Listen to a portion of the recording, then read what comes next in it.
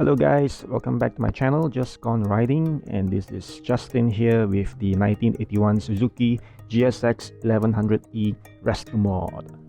And today's mod and DIY I'm gonna do is to recolor this GSX 1100 Dock 16 valves side cover decals back to a gold color as per like this Suzuki logo over here.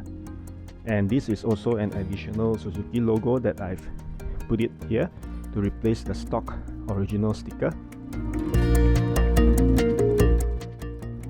Alright, so what I have here is the Tamiya Acrylic Paint, which is clear yellow X-24. So this gives a clear paint over whatever surface that you are painting on, and I'll be testing this clear yellow onto this side cover emblem over here. So what I'll do is basically I'll try to put it some over the GSX wordings and as well as some of the side trim as well. So I'm not so sure if I want to put on the side trim, but I'll just try it on the main GSX wordings first and see how it goes.